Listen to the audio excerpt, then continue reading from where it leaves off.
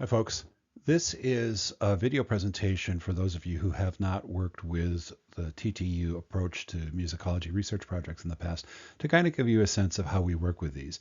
It will be differently applicable in different classes, but overall, the shape of the assignments, at least in terms of my own classes, will be relatively similar. The descriptions will be relatively similar. The expectations will be relatively similar, and the sequence will be relatively similar as well. So I'm going to advance to my next slide.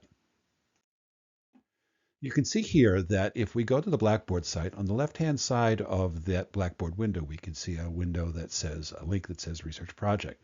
So when we click on that link, we're going to come up with this first stage of the project, which is Upload Topic Idea. And the premise behind this assignment is very much the kind of thing that you see in the description. It is a very first stage. It's a very first stage to help you think about the kind of thing you might want to work on as a research project for the balance of the semester. And so we think it's a good idea that you try to shape that accordingly and intelligently and with some specificity as early in the process as possible, because it makes it so much easier to have success in completing the stages of the project and receiving a good grade. So here are the criteria in the case of a course on European art music. The first is your research topic idea must include a specific reference to a specific piece of music from within the tradition of European art music.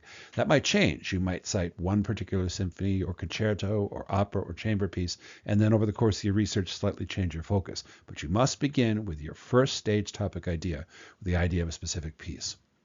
The second thing is that the piece must fit within the genres of European art music. In other words, there's a lot of music in the world, but our obligation for many of these classes is to deal with the history of European art music, and that means the piece you select must be from within those genres. I suggest that it's a good idea to kind of challenge yourself, to think about working in a time period or in a decade or with a type of music or with a composer that's not so familiar to you. You learn more, it's more of a challenge, and you also can create more original work. Third criterion is that it must be historically accurate. In other words, don't take on a topic that either doesn't exist, the masses of Penderecki, and don't take on a topic that's historically false. For example, don't do something like make the claim, the actual author of Stravinsky's Firebird was in fact Rimsky, because that's false. In order to know that that's false, you have to do a little bit of research in advance. You must know something about your topic already. So you might start with the Oxford Music Online article on that topic, on that piece of music, on that composer, which is available at the library database link that you see there. You must log in through that in order to get to Oxford Music Online. The next criterion is that your topic idea must be sufficiently narrow and it must represent the potential for interpretative argument. So, for example, if you suggested the history of the clarinet in the 19th century, that would not be appropriate because it's an enormous topic and you're not making an argument. In other words, this assignment is not just simply a bucket of facts about the clarinet in the 19th century. The assignment is for you to come up with a research question, an idea, a thing you're trying to better understand, help the reader better understand about the clarinet in the 19th century. So something like, quote, the impact of changes in instrument design upon clarinet technique in the music of Benjamin Britten. That would be very acceptable and it would work very well. So it's always better to be specific and to think in terms of making a claim. In this case, you're making the claim that changes in instrument design changed how Britten thought about writing for the clarinet, and that's great. It'll also help you be more successful. And then when you've done that, you must upload that document, upload the topic idea, and then sign up for a Zoom consultation. Typically, that'll be something where you meet with a member of the research staff, the musicology staff, and you sign up on a Google Doc, and then you have a short meeting, oftentimes on Zoom. Please note, for all assignments in all TTU Musicology and music history classes, including this one, the only acceptable formats for assignment uploads are .txt, .doc, or .docx. No other formats will be accepted, and assignments submitted in any other file format will not be accepted. So that's the first stage of the topic idea. That's how to think about it. That's how to submit it. And you will be given a deadline and probably additional instructions in your individual classroom. But that's the first one. The next stage of the assignment is to prepare for your topic idea consultation. You'll have a consultation set up with a member of the teaching staff, either in person or on Zoom, after they've had an opportunity to read your topic idea. And because this is a multi-stage research project, and because each stage builds from the previous stage, and because each is due about every 2 weeks, it's really important that we try to kind of dial in the topic as early and as accurately and as specifically in the process as we can. The more that we do that early, the more we front load that process of specificity, the better you will be positioned for success. Now, as we've already said, the very first stage is for you to choose a specific topic idea, which will be the focus of your research. And we spoke in a previous slide about what's involved in that and how to think about the parameters and the limitations on that. Over the course of the entire semester and after the topic idea, we're going to have you build a bibliography, develop a formal interpretative research argument, write an abstract, write a background paper, and then create the final project. And there'll be rubrics and rounds of submission and review for each of those stages. But for right now, as we've said, what you needed to do was to come up with a topic. That is a topic which is specifically and correctly delineated and meets the parameters so that you know that you can do this work, that you can complete it within a timely fashion. We have to submit that idea. You've already done that. The teaching staff will have reviewed the idea, and then you need to prepare for follow-up consultation, either with me or with someone else. So here's how you do that. You've completed the upload topic idea assignment under Blackboard assignments. And remember that you should always follow instructions precisely, because otherwise you're just going to waste time redoing the assignment, because you'll just have to redo it until it is submitted in the correct format and according to the correct guidelines. Once you've done that, you'll go to a link, whether this link or another one that's supplied for you, to sign up for consultation time. Typically, it'll be on Zoom and it'll be recorded so that we have a record of what was discussed, and so you can go back and reference it.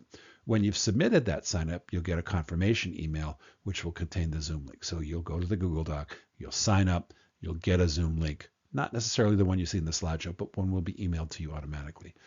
On the day that appointment comes up, you log into the Zoom link just before your scheduled meeting time, and you be prepared to answer some specific questions. And think about these in advance so that we can use the time efficiently, so that you know the questions that are coming at you so you don't get blindsided. Why do you, the individual researcher, want to do this particular topic? What draws you to it? Could be any kind of reason, because you don't know a lot about it, because you've heard of it, but you don't know much, because it involves your instrument or composer in which you're interested, or because it's a time or a place or a group of people who are of interest to you and about whom you wish to learn more. You will need to think in advance about what you're going to try to demonstrate to the reader. What are you going to try to show the reader? What are you going to help the reader understand about your topic that they would not understand unless they were to encounter your project? Realize in your consultation that the next stage after that consultation will require that you develop an annotated bibliography of primary and secondary sources, that is, sources that come from the time, and then sources that come from the more recent peer-reviewed scholarship. So you need to be familiar with some of those online resources, which are already available to you as a TTU student through our library's website. Things like JSTOR for periodicals, things like ProQuest for full-text searchable ebooks, things like WorldCat for dissertations and responsibility. If you don't know that already, you'll need to familiarize yourself using the library's tutorials. Those tools, those digital bibliographic tools, are going to be absolutely essential in saving you time and ensuring your success. And then finally, and this is especially useful in a consultation, in a conversation, when our time is limited, if you come into that conversation with specific and concrete questions, that's a great idea, because then we'll move quickly and efficiently, and we'll give you some inspiration. And then, as we've said, after the consultation has been completed, you'll receive a link to the Zoom recording and the conversation transcript in order that you can check back to it and make sure that you're following instructions. So that's the topic idea consultation. And now we'll go to think about the next stage.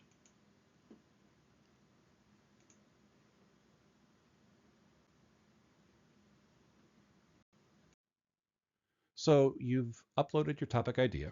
You've completed your topic idea consultation, either formal or informal, either online or in person. You know that you feel confident about the topic as it's been laid out, as you've made it specifically precise and concrete and feasible and based in fact, and you've gotten a green light from the teaching staff to go forward. Your next assignment, which will be due about 10 days to 2 weeks after the topic idea consultation will be to upload a 3-item annotated bibliography. Now, a bibliography is a collection of sources presented in a formal bibliographic format. And you can see there that there's an attachment in the Blackboard assignment to show you what proper bibliographic formats are. There are also many tools online that will teach you how to do that, and you must use correct bibliographic formats. Please note also that if you simply copy and paste from an online source, that is not correct bibliographic format. Okay, so don't just copy paste because that'll be wrong and you'll have to redo the assignment. So pay attention to that handout, pay attention to the attachment, use the online tools, make sure your formats are correct. You will use this function on the day that it's due to upload a single document, remembering it must be TXT or docx format, containing an annotated bibliography of 3 sources, 1 book, 1 article, and 1 dissertation. So you should start this process now. That's why you have 10 days or 2 weeks to complete it, because it's going to take some finding. And it's not going to be just the first 3 things you find on a random keyword search. You're expected to provide 3 annotated sources. So what that means is, in the case of the book or the article, you are required to bring to class a screenshot or photocopy of the source's title page of the book or of the article, and either a title page screenshot, a photocopy, or print out of the abstract, the summary description of the dissertation. And that means you need to find these things. You need to find them on the shelf, or you need to find them online, or using the databases we've previously mentioned. But they must be specific. They must be pertinent to your topic. They must speak about the composer or the period or the piece or the genre or the instrument. And they must be chosen carefully, not just the first 3 things you find in the keyword search. 1 must be a book, 1 must be an article, and 1 must be a dissertation. And I'll just tell you now that the guidelines also say that any book must have been published after the year 1980. There are reasons for that. We'll talk about it in class. But check the publication date on that book. It must be 1980 or more recent. Don't give us old books. Note also that the annotation is a very important part of this assignment. The annotation is at least 2 sentences in which you provide 1 sentence summarizing the content of this item, this book, this article, this dissertation. What is in it? Not just a keyword that happened to come up in your search, but look at the item enough so that you know, here is my summary of what is contained in the source. And then at least 1 more sentence, an additional 2nd sentence in the annotation, which articulates this source's direct relevance to your proposed topic. In other words, why is this relevant? We know what the content is because you're going to have a sentence saying, this is the content of this item. But the 2nd sentence must say, this is why that content is directly relevant to my topic as it's been agreed in revision and in my topic idea consultation. Okay? So the annotation for each source must include at least 2 sentences accomplishing that goal. Please do it right. Please make sure you have those elements in your annotation for each of these 3 items. And if you're unclear about how to find such sources in the TTU libraries and databases, or if you're unclear on proper bibliographic formats, you should refer to the resources on the library's website. There are many resources. They will help you learn how to use these tools. There are also reference librarians who can help you, but you are responsible for learning those skills, and it is part of the assignment that you should learn those skills. So we'll go to our next stage. About 2 weeks after the annotated bibliography, you'll be asked to upload a formal thesis statement. Now, a formal thesis statement has specific components. There are specific things that need to be in a formal thesis statement. And this assignment checks your capacity to provide those specific items. So you'll use this assignment to upload a formal thesis statement in the correct file format, which conforms to the instructions given in class and also the instructions that are given in this introduction video. So if we look at this descriptor, an effective formal thesis statement is a statement of argument or interpretation supported by concrete evidence which reaches a specific conclusion. A statement of argument or interpretation. I will argue that. This paper suggests that. The best way to understand the following is. That's a statement of argument or interpretation. Supported by concrete evidence. The thesis statement should at least reference the kinds of evidence, maybe even specific pieces of evidence you're going to employ, whether it's scores or letters or newspaper reviews, which are all primary sources from the time of the work, or musicological investigations or dissertations or modern editions, which are secondary sources, which are sources that look back upon the work and interpret it in light of new scholarship. In addition, it must reach a specific conclusion. You must, in your statement, say, I anticipate that I will show that. I will demonstrate that. And that is an interpretative argument. I will demonstrate that the style of Beethoven's clarinet writing changed after 1805 because of changes in instrument design. For example, someone else could say, no, that's not true. And you could say in your research project, well, actually it is true. And here is my evidence that proves my interpretative thesis. Therefore, an effective formal thesis statement must include the topic to be addressed in the research and make that as specific as possible.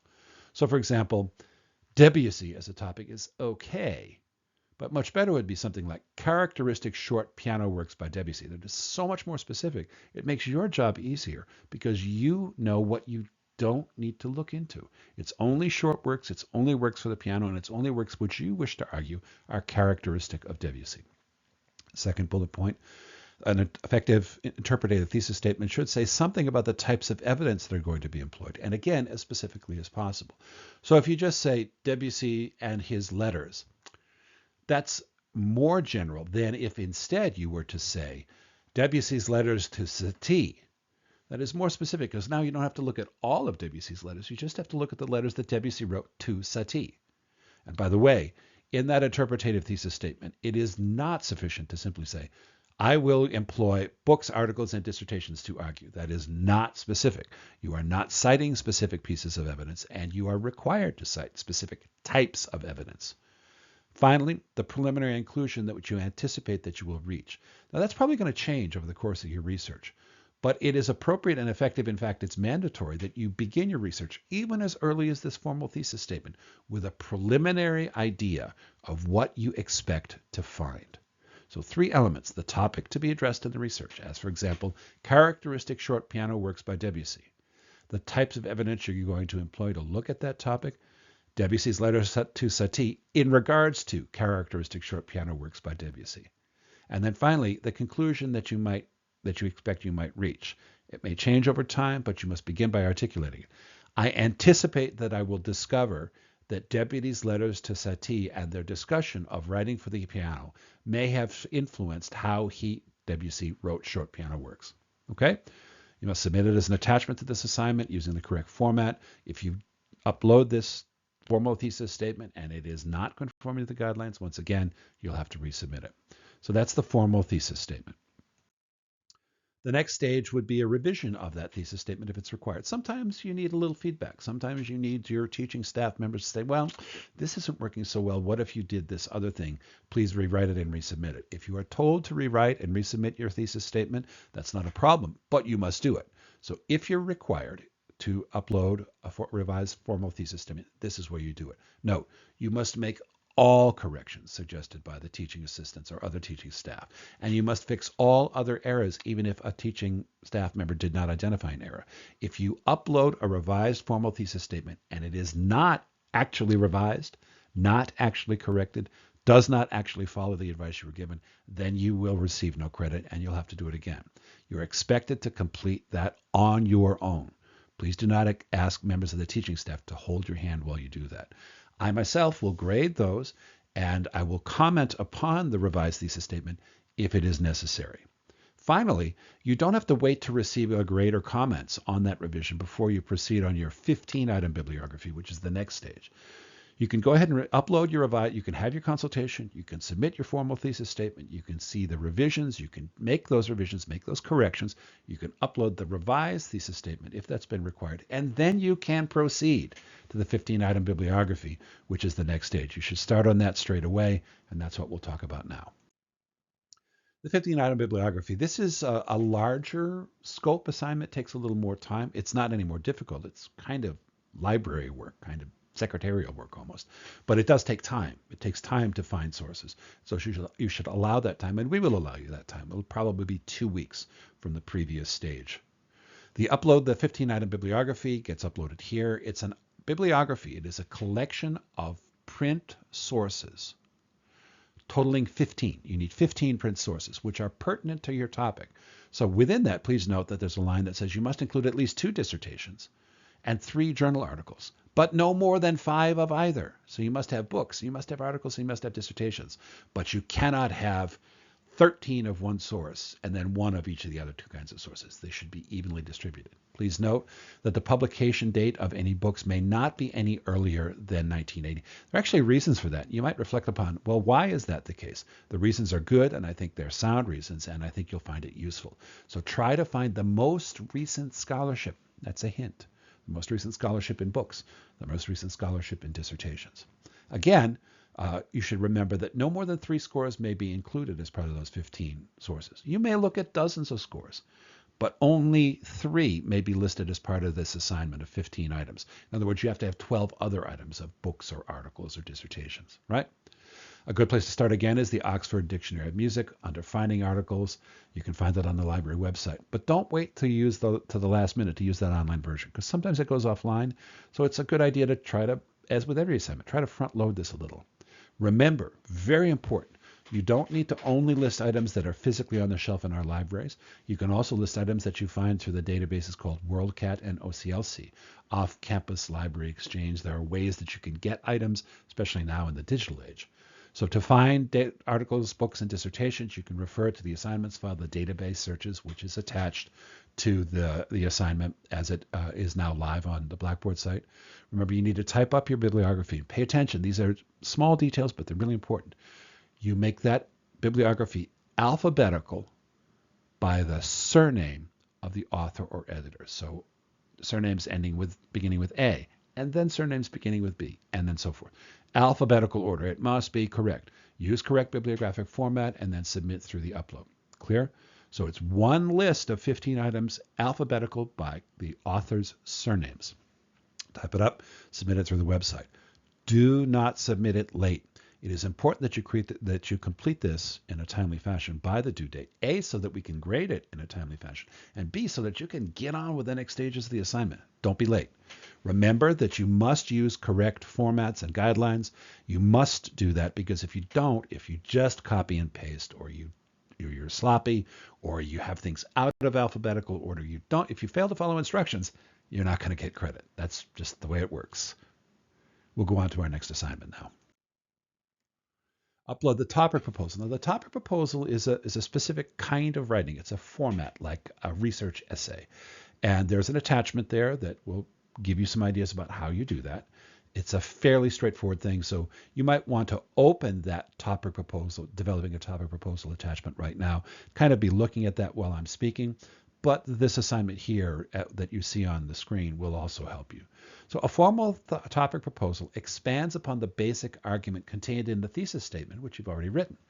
A formal topic proposal describes the specific nature and the relevance of the evidence which has been cited, and it also lays out the conclusions that you expect you'll reach. So it's like an expansion of the thesis statement in a number of sentences in long paragraph format, so that you can more completely and fully and specifically flesh out the various elements which you are going to employ to make the argument. Because remember, the whole point of a research project is to make an argument about a phenomenon in music history. So your topic proposal should include the formal thesis statement, which you've already written, which remember includes the nature of your argument. I will argue that, the type of evidence you're going to cite, and the conclusions that at least at this stage you anticipate you'll reach. In addition, maybe in the second and third sentences or the second and third paragraphs, you'll provide sufficient background information on the topic so that the reader will understand the significance and relevance of the argument. You cannot presume that the reader knows as much as you already do about your topic. So you must ask yourself, well, what should I tell the reader in terms of background information so they'll understand what I'm talking about? They'll know about the composer or the work or the time or place or people from which the work emerged. In other words, this is the so what and who cares part of the topic proposal. You tell the reader why this matters. It's always important to be specific about time period, composer, genre, and or works that you'll cite. Mention them by name. And also say something about the information which these items contain, which is pertinent to your argument. Don't just mention names of composers or pieces or places or premieres because you happen to encounter them. Mention them if and only if those composers or places or premieres are going to be an essential part of the particular argument you're making. And then finally, once again, as we always do, you're going to explain your expected conclusions, what you anticipate you will show the reader, and also, this is very important, this is new, the implications for further research by others. In other words, you're going to say, here is my formal thesis statement, here is the background information I need you, the reader, to have in order for you to understand what I'm doing. Here is the time period, composer, genre, work, place, which I'm going to mention, and why I am citing them. And then finally, here are the conclusions that I anticipate reaching. And you're also going to say, and this is why my original research, the conclusions that I am going to argue, can inform other research by others in the future on this topic or on related topics. It's also expected that you will can, again, sort of copy into the end of your topic proposal your 3-item bibliography with its annotations. That's pertinent here. So take that from the previous assignment and add it to the end of your topic proposal, and then use this assignment to upload your topic proposal. Also, on the due date, please bring a hard print copy of your topic proposal to class. It's usually only about 1 page, so that we can exchange them back and forth during class time, and we can see what one another are doing. So that's upload the topic proposal. Later on, probably at least 2 weeks after the previous assignment, we'll ask you to author a short background paper of 2 or 3 pages in the style of an encyclopedia article. In other words, not your interpretative argument, not your thesis, not your deductions, not your conclusions, but if someone was to look up an article in the Grove Music Online Encyclopedia, this is what they might see. Yeah, it's not an argument, it's facts, right? Your background paper lays out in the style of an encyclopedia article all the necessary information required for the typical reader, undergraduate or graduate, and think about it as being your peers in this class, in order for them to understand that your thesis, the nature of the evidence that you're going to cite, and the historical and biographical background of the question. In other words, it'd be expected to include relevant information regarding the composers you mention, the works you mention, the instruments or concepts that you mention, various historical or contextual or 5 questions factors, musical, artistic, social, cultural, political, economic, spiritual, or other factors from the time and place which might have impacted the specific music that's being discussed, and other relevant information. Every topic will have certain other information which is relevant, which you do need to share, which you want your readers to have. And that's up to you, the author, to decide what information is relevant. Do not include irrelevant information. That is careless and unprofessional, and it will garner a bad grade. Remember, this is not a place for you to argue your thesis. It's not necessary. You don't need to do it. Don't need to include it. Don't even need to address it. This is you providing necessary information so that the reader of the final paper would understand the argument. So just make this in the style of an encyclopedia article, 2 to 3 pages. Please note, it is not sufficient simply to paraphrase information from sources. It's not enough. This is not a copy-paste. This is not an AI-generated assignment. You must synthesize information from your various sources and explain the significance of that information in support of your thesis. If you want to plug your thesis into an AI text generator, that is perfectly fine. Just know that it will probably come up with very vague and faulty conclusions, and it will include lots of faulty evidence, because that's what AI does. So if you use it to stimulate your thinking, that's great. But you must approach that AI output the way that you would approach any other text, which is critically and with an awareness, this may or may not be accurate. What do I need to bring to this? If you simply copy paste an AI output, you will receive a 0 for the assignment.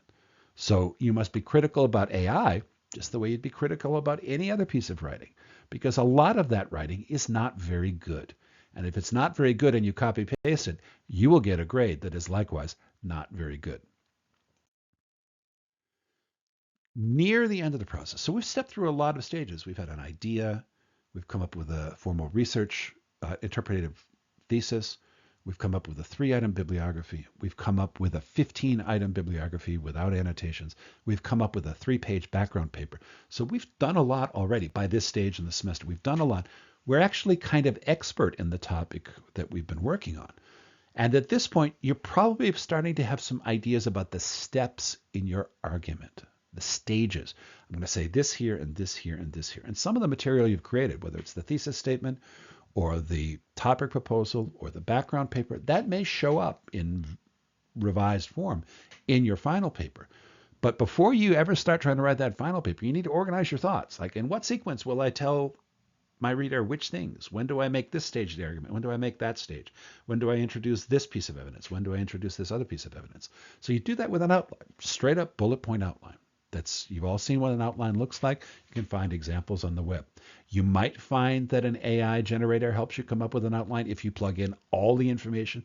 If you plug in your thesis statement and your topic proposal and your bibliography and your background paper, you might also find that it comes up with gobbledygook. So if you use it to stimulate your thinking or just out of curiosity, make sure you approach it critically. You will then generate a bullet point style outline just the way that we would in PowerPoint, or we would, for that matter, in MS Word, and you're going to upload that outline. You'll note that there's also a one-page outline rubric attached, and you can open that right now, or you can open that as you're working on it, and it will give you an example. It'll give you a sample that you can use as inspiration for your own. At the final stage of the project, you may be producing your final output in a number of forms. The traditional form is a formal research paper. If you're a graduate student in one of Chris Smith's music history classes, you know there is an expectation that you will create a formal research paper. But in other situations, or in addition to a formal research paper, or if you're given permission as an undergraduate to do it instead in another form, you can generate something we call an essay. For those who are undergraduates in Chris Smith classes, oftentimes that's in the style, it's a video in the style of a conference presentation, 20-minute conference paper. Yeah, that's a kind of essay. It's like an essay. We're going through the same stages of preparing for it, but the final output is going to be a video lecture instead of the research paper that grad students are also required to complete. So it might be a video lecture. It might be a concert talk. It might be a Google Maps mashup where you you include all of your information, including all the work that you've done in this digital form. You can talk about that. You can make a proposal. If you have an idea for an essay, you can talk to teaching staff about that. But whatever it is, there are certain elements that you must upload here through Blackboard in whatever format, whether it's a video, a paper, a Google Maps mashup, or other. You must include a 500-word introduction. 500 words is less than one page. It's just about, actually, excuse me, it's about a page and a half in a standard format. And in that introduction, you must provide information to this prompt. Quote, this is what I wanted to accomplish. This is what I did. And this is why I think my approach works.